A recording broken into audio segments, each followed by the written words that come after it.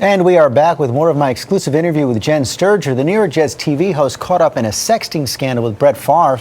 It was all investigated by the NFL last fall. They concluded Jenn did nothing wrong, but fined Favre $50,000 for failing to fully cooperate with the probe.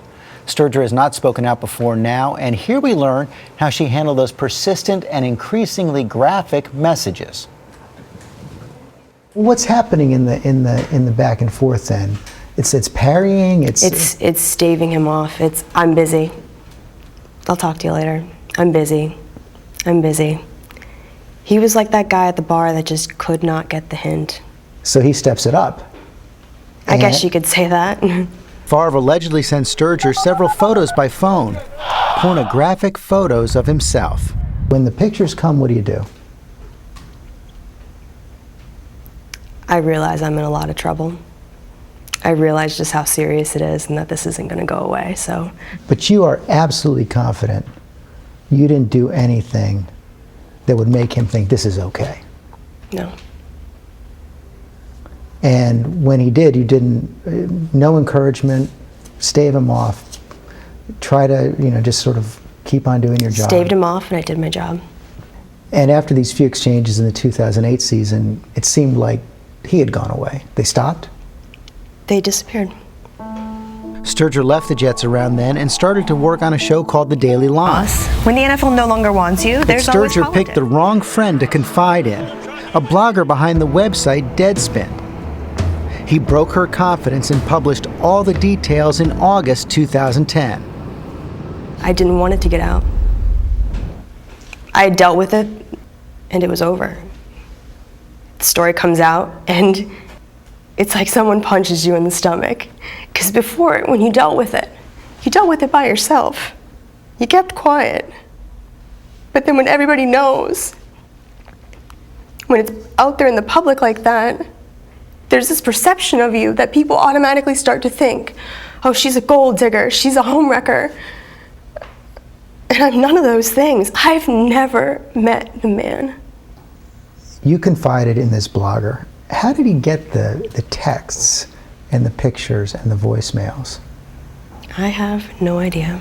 That's something you'd have to talk to them about.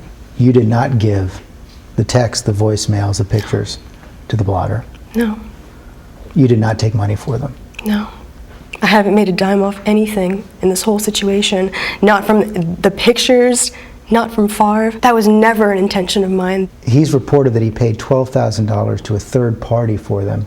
And I think a lot of people wonder, how could someone else, a third party, get your texts and voicemails and those pictures?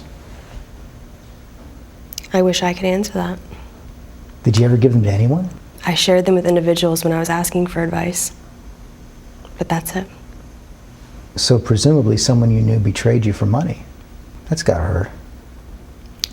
I don't think there's an aspect of this whole thing that really doesn't hurt.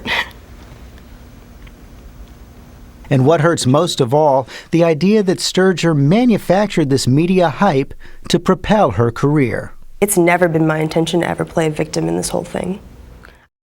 But because of the way I looked, I don't feel sorry looking at the girl that I was in 2008. Look at how I looked. People would say I asked for it.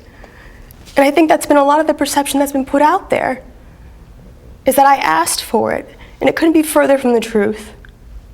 You want nothing from Brett Favre? Absolutely nothing. No It was apology? never my intention. I don't want anything from him. I've never wanted anything from him. Does he owe you an apology? I don't really care if he gives me one or not. I just want to move on. Do you owe anyone an apology? I don't think so. I didn't really do anything wrong.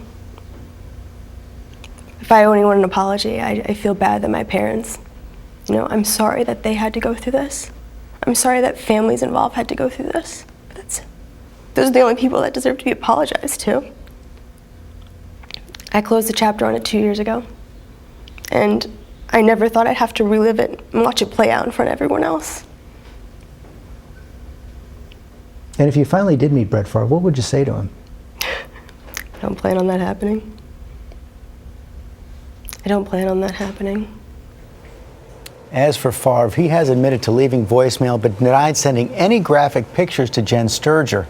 The NFL said it couldn't confirm that he sent the pictures, but fined him $50,000, as we said, for failing to fully cooperate with the investigation. We did reach out to Brett Favre for comment, but he chose not to respond. And we'll have much more on Nightline tonight and tomorrow here on GMA, including what this all did to Jenn Sterger's family and her take on the NFL's investigation.